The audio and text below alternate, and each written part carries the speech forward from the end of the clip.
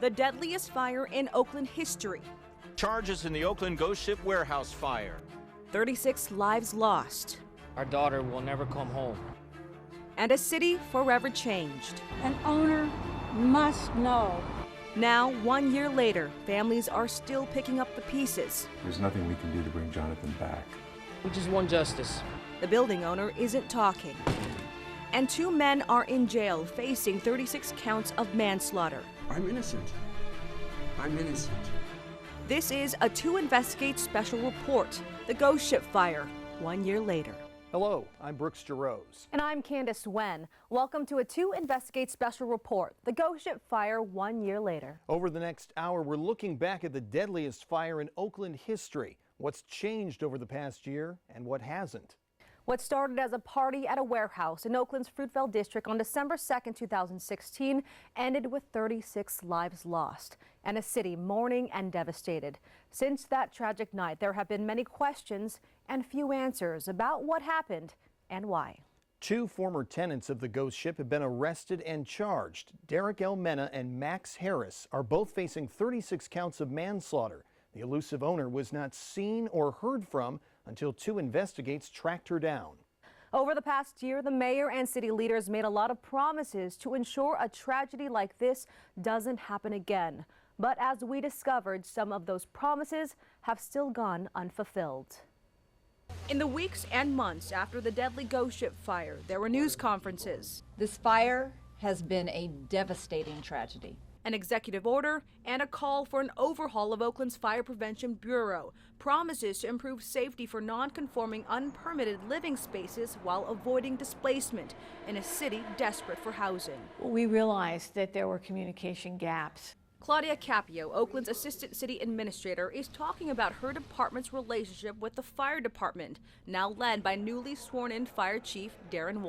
If we look back a year ago versus today, I could really say with certainty that our community and our first responders are a lot safer than they were this time last year. 2 Investigates took a closer look at the progress, requesting information on how well the city is delivering on promises, including hiring a new fire chief after former Oakland Fire Chief Teresa Reed went largely unseen after the ghost ship, then retired. Check. Darin was sworn in October. Another promise, doubling Oakland's inspection staff. Almost, but not quite. Around the time of the ghost ship, Oakland had 8 fire code inspectors and 8 building code inspectors. By next month, the city says they'll have 6 more for fire and 3 additional for building, but they still aren't on the job yet. Identifying hazardous properties. In the last year, Oakland identified 135 what they call priority properties, buildings with multiple hazards. In regards to unpermitted buildings with people living inside, 21 of the cases are open. 1, they're still trying to access the property. How confident are you that that's all of those kinds of buildings that exist in Oakland right now? I'd be naive to tell you that we're not confident at all, and we know that there are other buildings, and we have to be diligent and, again, identify them and give people an opportunity to come in and correct it. Another major promise, implementing an interdepartmental database, a digital platform to address the dangerous lack of communication between departments revealed by both the ghost ship and San Pablo fires. The new $500,000 database system is expected to be completed by December. City officials say it will go live early 2018, plus inspectors will be equipped with tablets. There were some very unrealistic things that were said in that executive order, and also some crucial things. Jonah Strauss is the lead organizer of the Oakland Warehouse Coalition. He says he's hopeful but skeptical of Oakland's progress announcement. So you have to follow up an executive order with actually making sure your staff do it, which, as far as I can tell, wasn't done. Unrealistic is probably not a fair word. We didn't know in a lot of ways what we would encounter. We've had to adjust to a new reality. We'd had to adjust to a variety of things that I haven't seen other local agencies have to adjust to in the same compressed amount of time. An unprecedented, multi-layered dilemma, they say, addressed by the wheels of government known to turn slowly, but they're turning.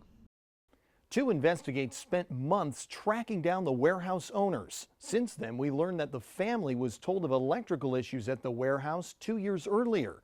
Now it's raising more questions about who's to blame and if the owners will face criminal charges. It was 6 months after 36 lives were taken by fire.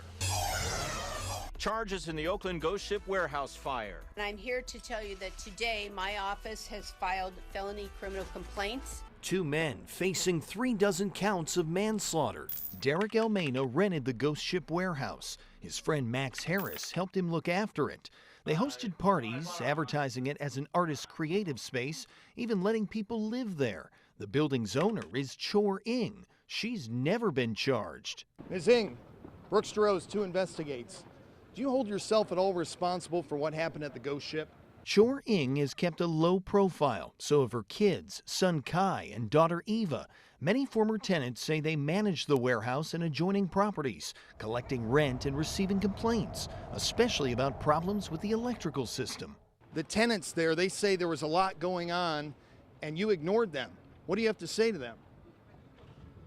In fact, the Ings were made aware of an electrical fire 2 years earlier. This invoice, obtained by 2 investigates, explains a transformer was doused, 911 never called, and $32,000 in repairs needed. Almena sent this to the Ings, asking for reimbursement to fix the dangerous issues.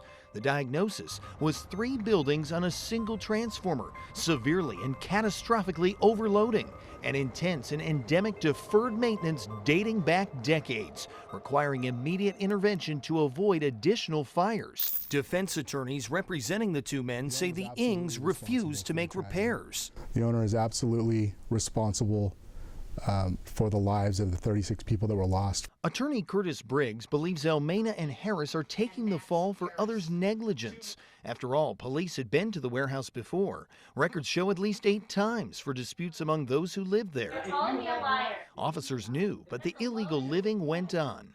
Then there's this district attorney inspector's report, where an Oakland firefighter admitted he'd been to the ghost ship for a party. He told investigators he remembered there was a lot of stuff, but records show no fire inspection was ever done. The ghost ship was no secret to anybody.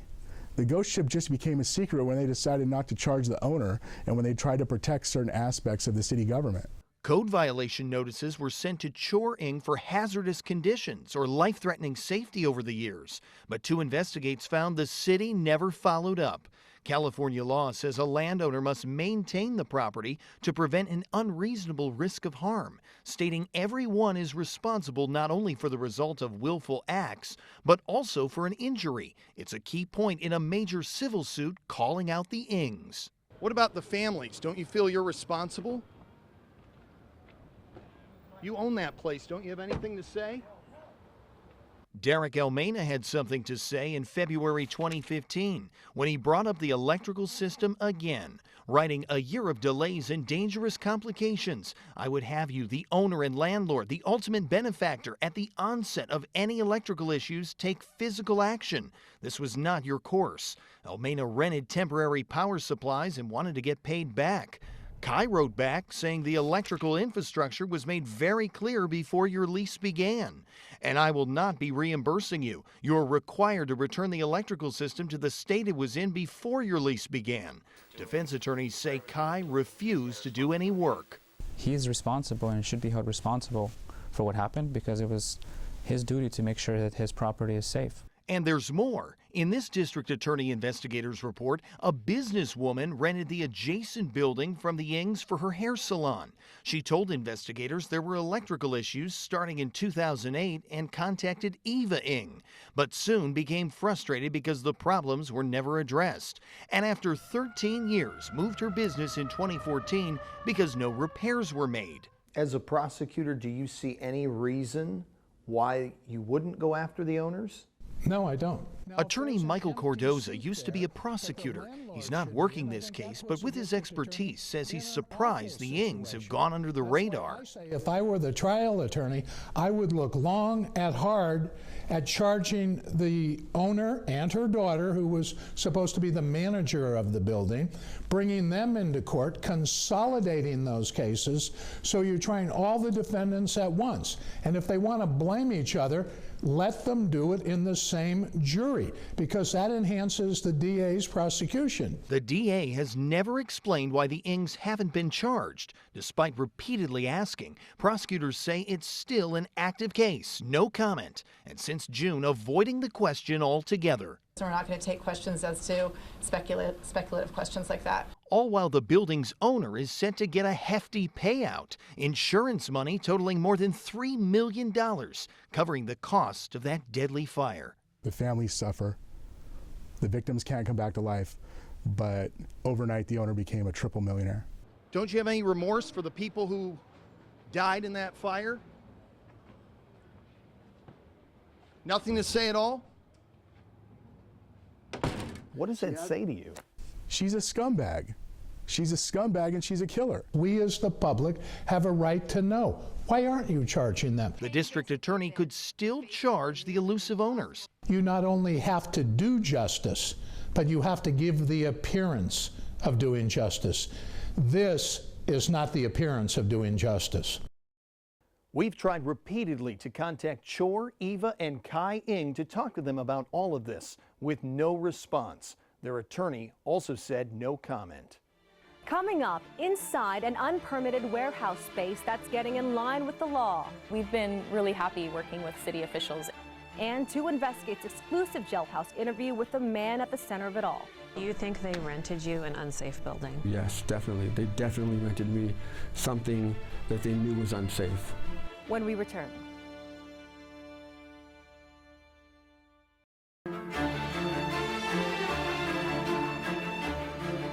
The Ghost Ship warehouse fire claimed the lives of 36 people, artists, musicians, dancers, and friends. 36 families are still picking up the pieces and finding ways to move on. KTVU's Roth checked in with one family from the East Bay that is working to turn their devastating loss into something positive.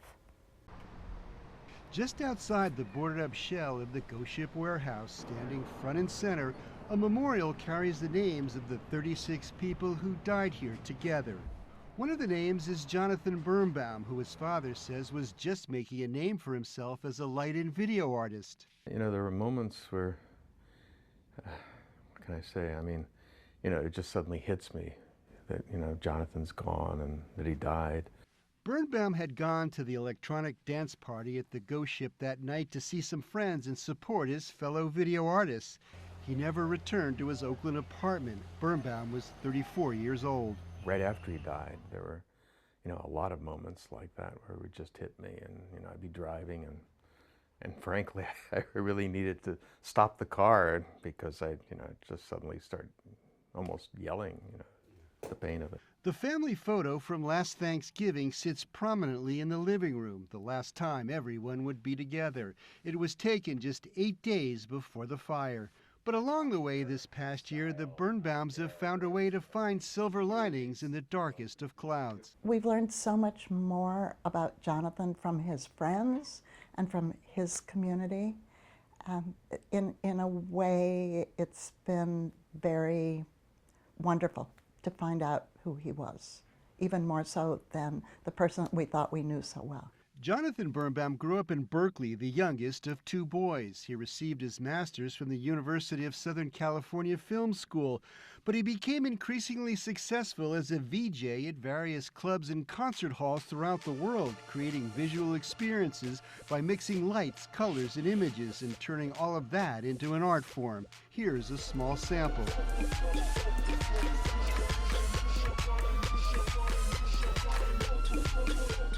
The Bernbaums said they wanted to find some way to bring something positive out of the ashes of the Ghost Ship fire, so they found 3 ways to honor their son and all the others who died here. They have established the Jonathan Bernbaum Memorial Fund, which will be granted annually to an innovative and cutting-edge Bay Area artist. A second grant through USC will go to a student experimental filmmaker. And there's also the ambitious program called Vital Arts, still being developed, aimed at providing artists with safe, affordable live, work, and performance spaces. How about raising money from, you know, from the large corporations to have a real impact so that arts and culture can continue to thrive here in the Bay Area? There's nothing we can do to bring Jonathan back, but is there something we can do that will inspire people in his memory? In Berkeley, Rob Roth, KTVU, Fox 2 News. Besides losing the places where they create and share their work, artists who live in unpermitted spaces are also facing the possibility of losing their homes. Some organizations say they're trying to bring those spaces up to code. KTVU's Christina Rendon went inside a warehouse in Oakland that's working to get in line with the law. This 90-year-old warehouse in West Oakland is the key to a future that Tanya Retherford envisions as a live workspace called 30th and West. Retherford pores over the blueprints as architect and future tenant of this flagship project, working with the city of Oakland to make sure everything is built up to code. This is going to be a artist co-living working space when it's completed, with 13 residential studio spaces and 5 accessory studio spaces, and a large dance floor, rehearsal space, a workshop. She was part of an art collective at another warehouse, evicted by their landlord immediately after the ghost ship fire took 36 lives. And what we're trying to do is shift the paradigm so that people can develop spaces like this and work with the city. This first of its kind project is the exception, not the rule. With numerous people living in non-permitted commercial spaces, 2 men are offering support. Right after the fire, we started getting a lot of requests for help from people who lived in spaces they were concerned about. We started helping spaces conform, helping spaces become safer. We're trying to protect low-income communities. David Keenan and Jonah Strauss are among the volunteers that began helping properties in Oakland in the wake of Ghost Ship. I can't even tell you how many hundreds of tons of dump runs people did directly in correlation to the fallout from Ghost Ship. The number of fire extinguishers that were hung up in spaces, the number of smoke alarms that went up in spaces, the number of lit exit signs that were permanently wired into spaces. The entire community gathered together in the month or 2 after Ghost Ship to make itself safer. Strauss is executive director of the Oakland Warehouse Coalition. He advocates for affordable, alternative housing and pushes for changes to Oakland city policy. Keenan founded Safer DIY Spaces.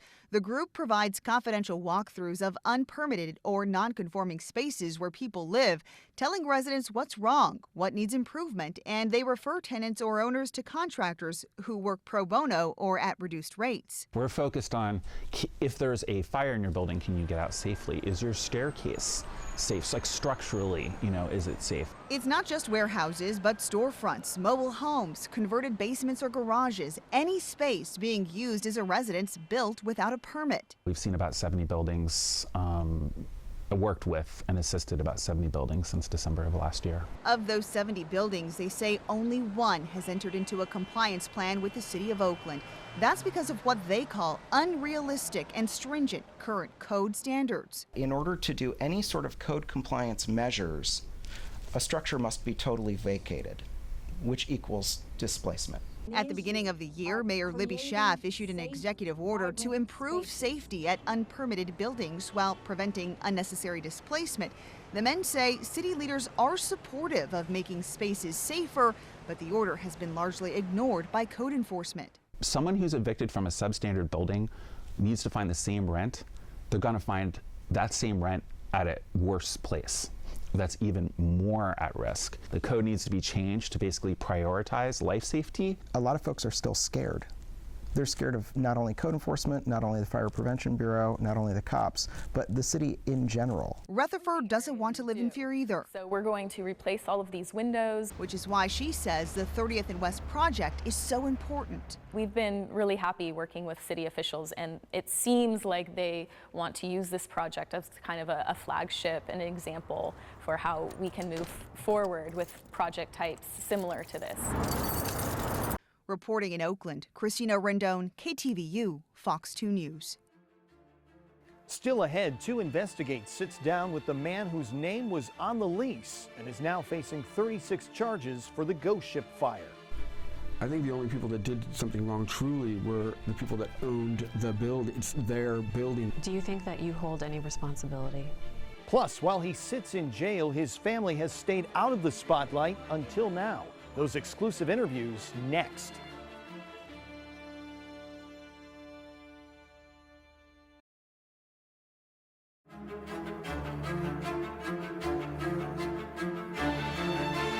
been a year since fire engulfed the ghost ship warehouse in Oakland, killing 3 dozen. Since then, the man running the artist space has been arrested, and his wife and children have moved away.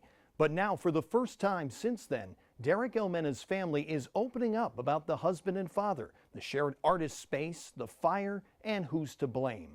These were the first ones that Derick did when he first got put inside.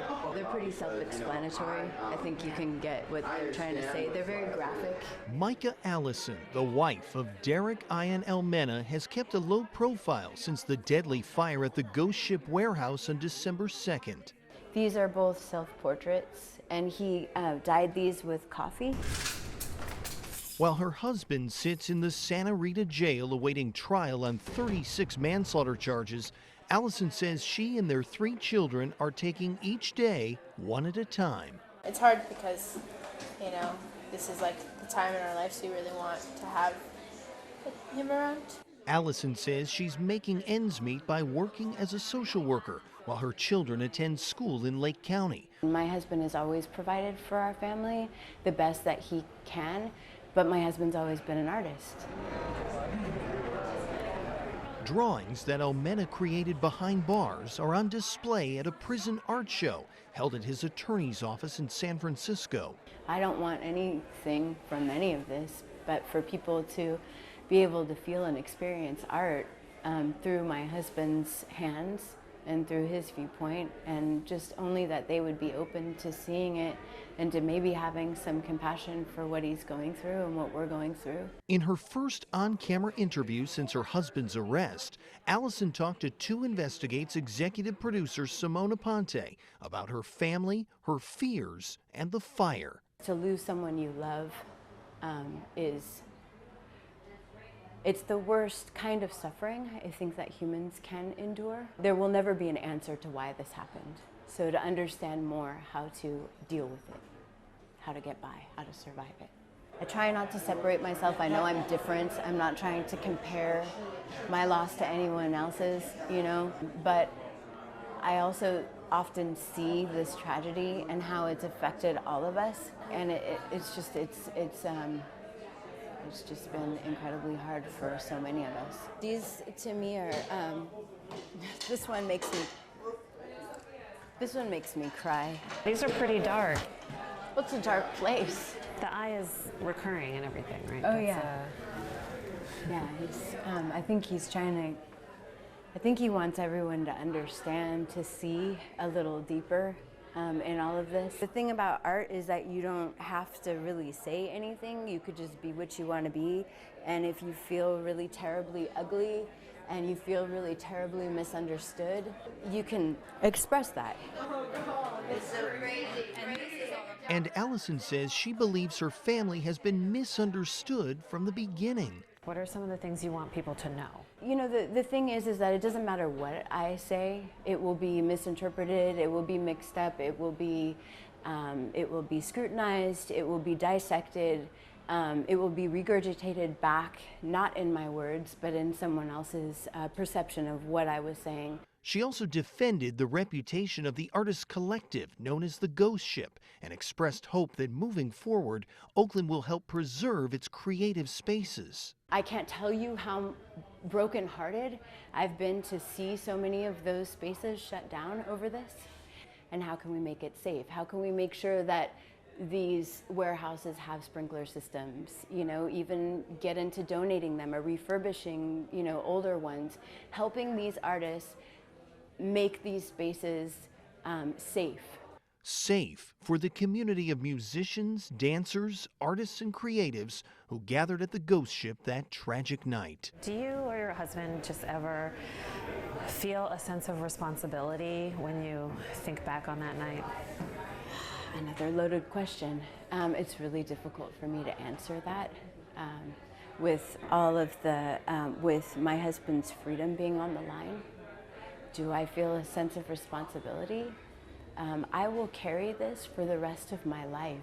There is no separation from myself and the people that died. I don't believe that there's a separation.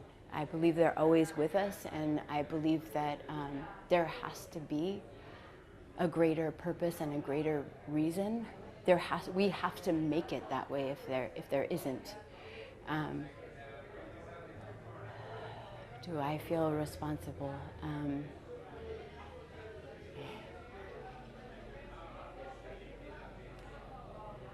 I will forever carry a great burden.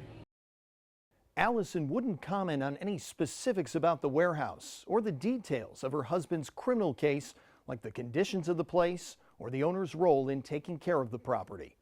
Up next, 2 Investigate sits down with a man at the center of the Ghost Ship warehouse. Do you think that you hold any responsibility?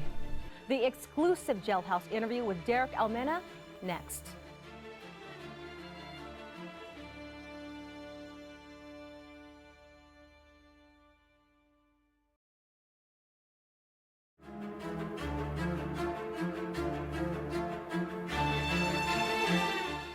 Welcome back to the Ghost Ship fire 1 year later. A 2 Investigate special report. For the first time since his arrest, the man at the center of the Ghost Ship fire tragedy agreed to speak out in an exclusive interview with 2 Investigates. Derick Almena is facing 36 counts of manslaughter for the deaths of 36 people at the warehouse.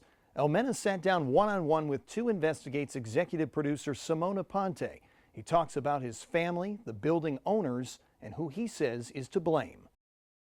I've been in here for 5 months now, and every night I go to bed and like just thinking about everything that ever happened and wishing that I was there. Like there's so much like that I don't know about, and Tony, I don't know what to do right now. You're doing fine. Our conversation started with Almena overwhelmed and emotional, especially when talking about his 3 kids. Bolanik, Shai, and Surya. That's like the most important thing. Yeah. If you Do you talk to them often, or can you call? No, I don't get to hold them. And I feel like I don't have the right to say these things because so many other people. I have to qualify this by, like the day after the fire, when people were bringing like clothes and instruments and things and food for us, I asked permission to take some things, like clothes I needed and things for my kids. I have to ask permission now to even speak about myself. From the beginning, I was destroyed. Who I was as a father and a man and an artist. So I reduced myself to the most humble existence to just get through this. For the past 5 months, Almena has been living in a cell, segregated from the rest of Santa Rita's inmates, because staff were concerned he could be a target. I'm innocent. I'm innocent. And I'm gonna be in here for 2 years. So for 2 years I could teach. I could teach art, I could teach culture, I could share my stories, but I can't, I'm not allowed. Then I go back to, it's not about me. I know why I'm here, I know why I'm here. I understand why I'm here, but I shouldn't be here. Do you understand? Tell me more about that. I understand. There's a massive loss of life. You understand that the public perception is that you're to blame for those 36 deaths, and that some public perception is that you don't understand that. But from what you're telling me, it sounds like you get it. You get why you're going through this process. I don't get that. You don't get it. I see this as being a very modern problem. The media, there were Facebook and all these different little things, I don't even know what they're called anymore, the heckling and the bickering percolated to such a degree that the media was at such a loss of true information and understanding, and rather doing their job, they just harvested the ill cream off the top of the media, of the internet, of all of that, and presented that as a story. It's affecting my life and my children to the degree that Derick Ion is guilty with 36 tally marks, is being now printed in magazines and websites all over the world, and pictures of me with alongside of David Koresh, Charles Manson, and Jim Jones, and taking a word from a poem and comparing it to a word that Charles Manson used like 40 years ago. Like, come on, it's disgusting. Like, I was designed to be this guy right now. The night of the party, Almena, his wife Micah, and their 3 kids stayed at a hotel.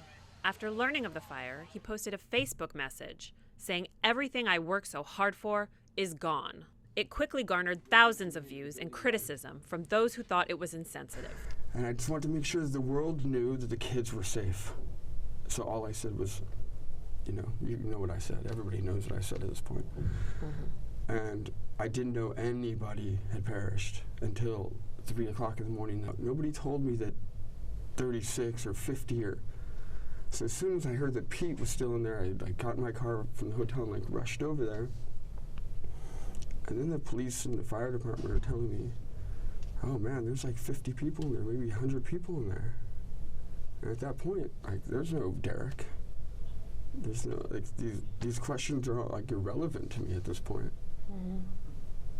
Who were the people that were there? Who were they in that moment, in that night? Who were all those people? What faces?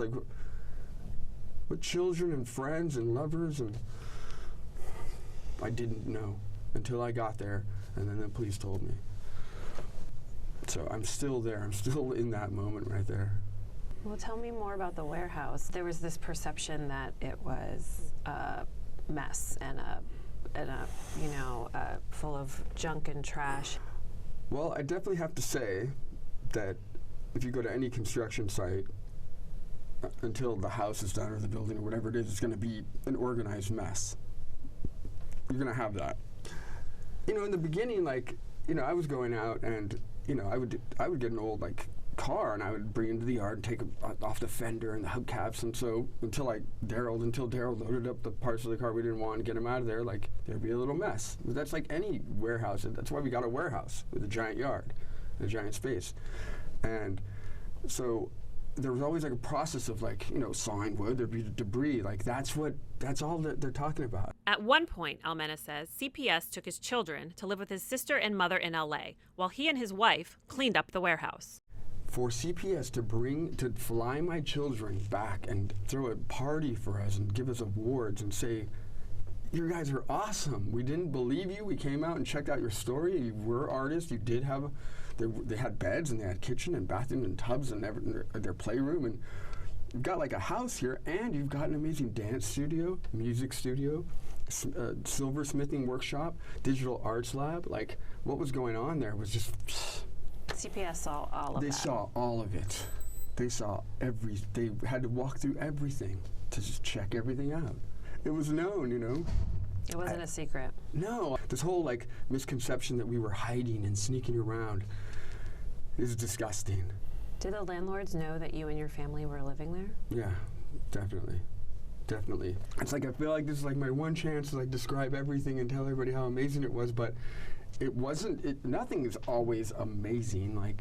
It's a mess right now, but it's going to be something that's going to live forever, and that's what we believed in. But Almena says that dream started off on the wrong foot from the very beginning because of issues with the warehouse. After the break, why he says the landlord should be sitting in jail right along with him.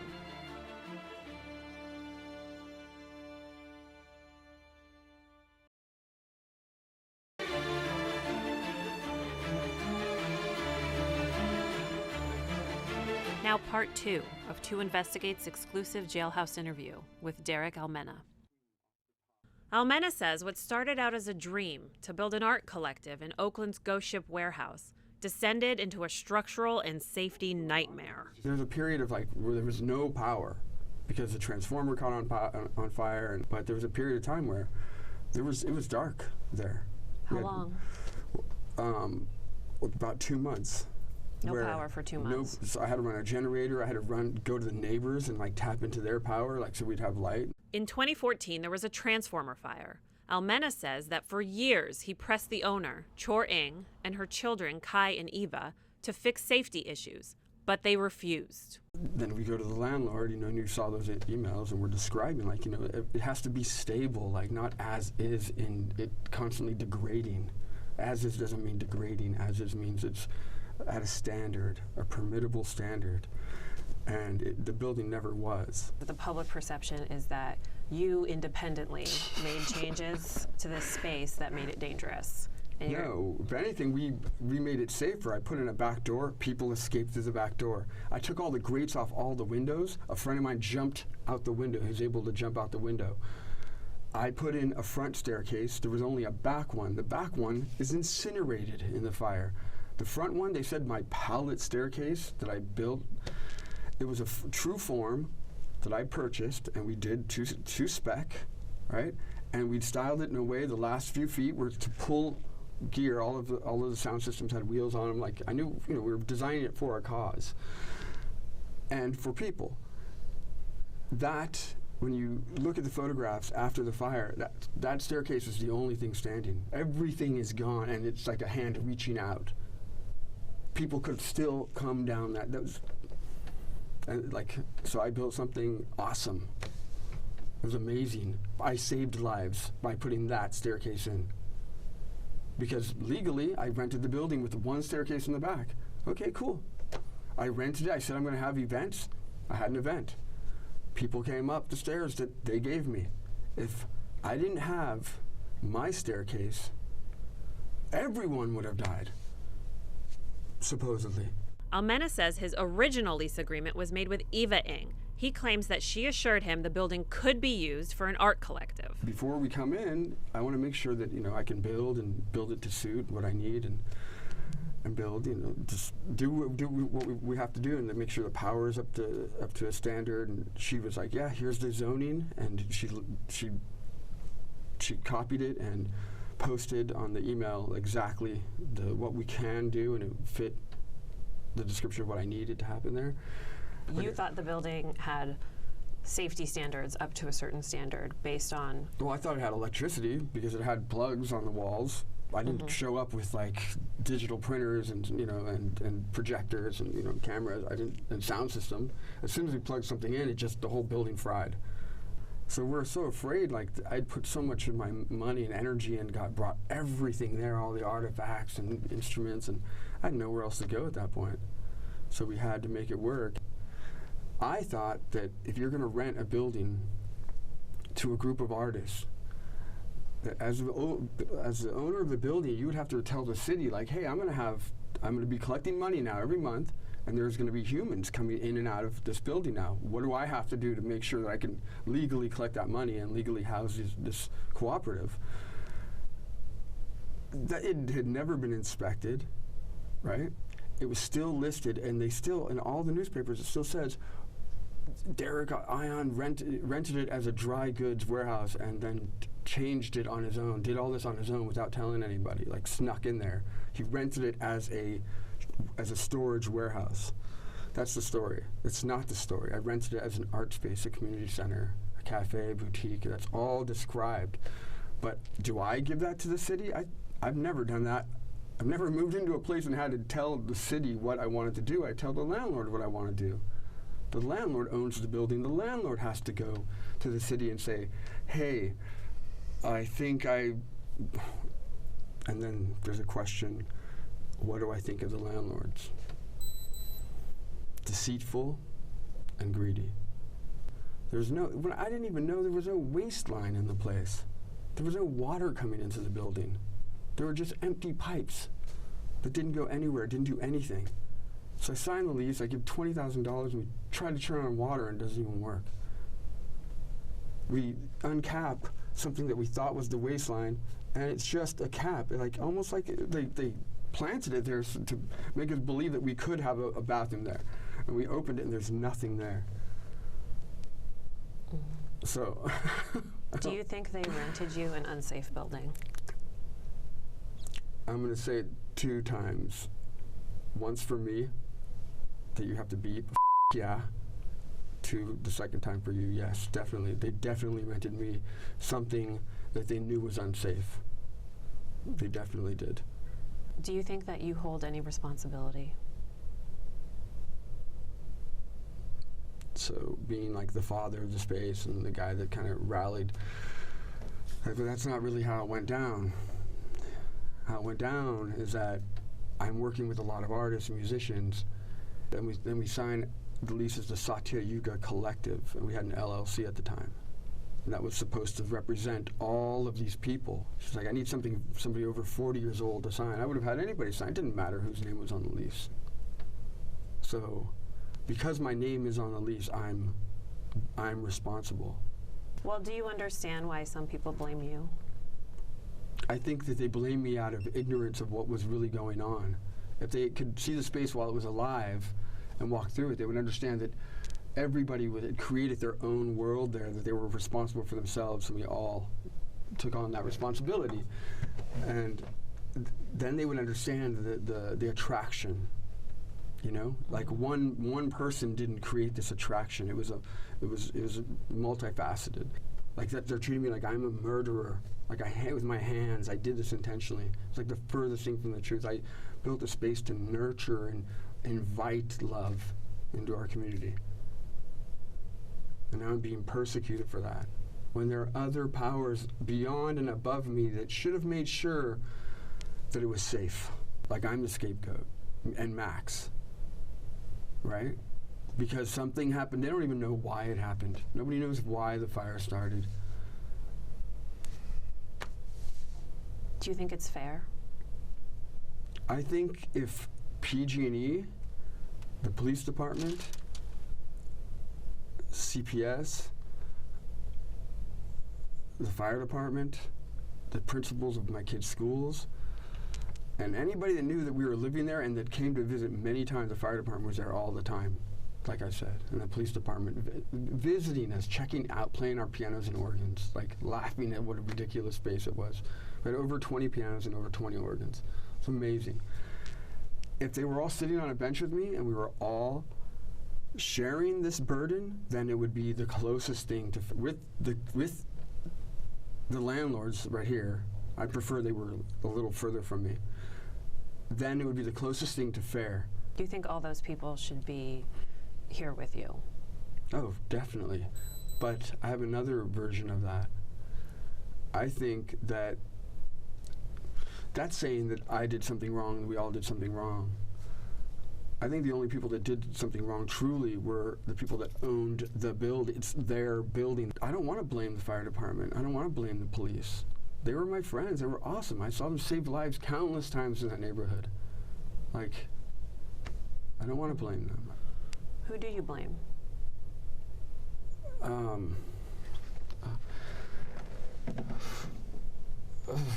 I mean, this is like the ultimate question. Who do I blame? I don't want to blame anybody. I mean, is that going to bring these people back? We're talking about like that was an injustice or a tragedy complemented by more unjust tragedy. Like I'm a beautiful father. I'm a wonderful person. I know I am. I know who I am. But I've been ran out of town. I've been described as a hateful, malicious, drug-demonized being. I would have gladly given my life that night for anybody there. For one life. Risking. I wrote that on my cell wall. I said if I could have the honor to go back and sacrifice the possibility of my children not surviving, to have the honor, the glory of being there for all those people in that moment of that terrible suffering. Because I know who I am. In that moment, I would have, my voice would have called through. I would have guided. I would have walked into the fire. I would have dragged people. I would have thrown them out the windows. Okay? And you know that about yourself because I have 3 children. And so I'm a liar by saying that I would have saved your children if I was there. I'm so sorry. Like, so they died because I wasn't there. So I'm in jail because I did what was right for my kids that night. It's the ultimate riddle. 2 investigators tried to reach the Ng family for comment on Almena's claims. We received no response. Still ahead, the art lives on after the ghost ship tragedy. how the legacies and the work of the artists who lost their lives are being preserved. We'll be right back.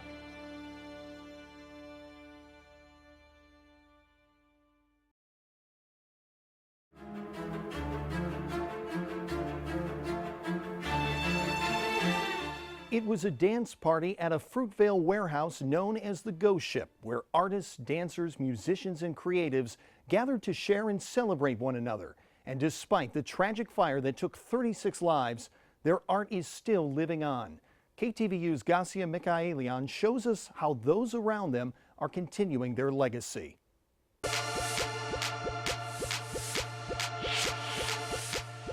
They were video producers, artists, and writers, free spirits who loved music and expression. Although they lost their lives in the fire at Oakland's Ghost Ship warehouse on December 2nd, their art still lives on, thanks to friends, family, loved ones, even strangers.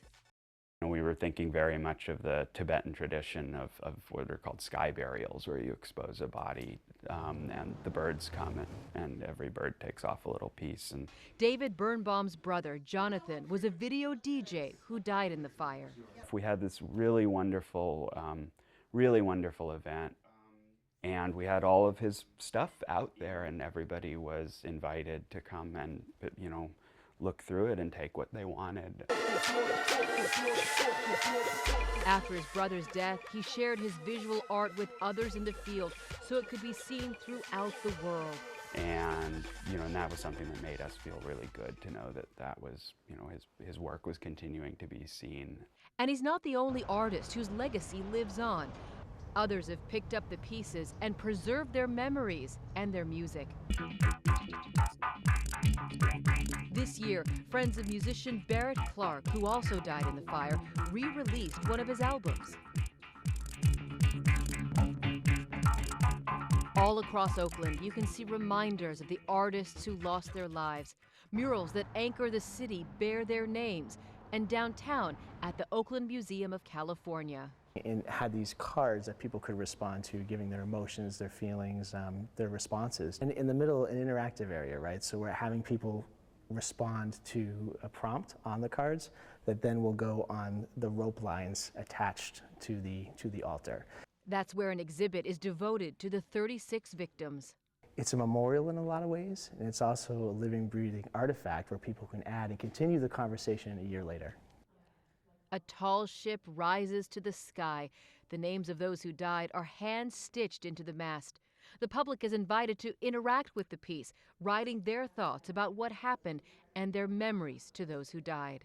We want people to realize this is one response of many wonderful responses that have happened over the course of the past year. You know, you go down to Fruitvale, you see the wonderful Ghost Ship mural down there. You hear of all these different little pop-up exhibitions that are happening, music, art, concerts. So many people were affected by this, right, in the creative community. And Oakland is such a vibrant and strong community that we all kind of knew somebody. It is bringing up these emotions that we were feeling a year ago, but again, it's another way, in a lot of ways, a way to memorialize and remember, and I think that's what people are kind of feeling right now. Micah Allison, KTVU, Fox 2 News. You can see the mural with the white birds at East 12th Street and 23rd Avenue near the Fruitvale BART station. And the Ghost Ship exhibit is open to the public at the Oakland Museum of California now through January 14th. 2 Investigates is continuing to cover this important case in depth. We have much more posted on our website, ktvu.com. Thank you for joining us for this special report, The Ghost Ship Fire, 1 year later. We'll see you online and on the air.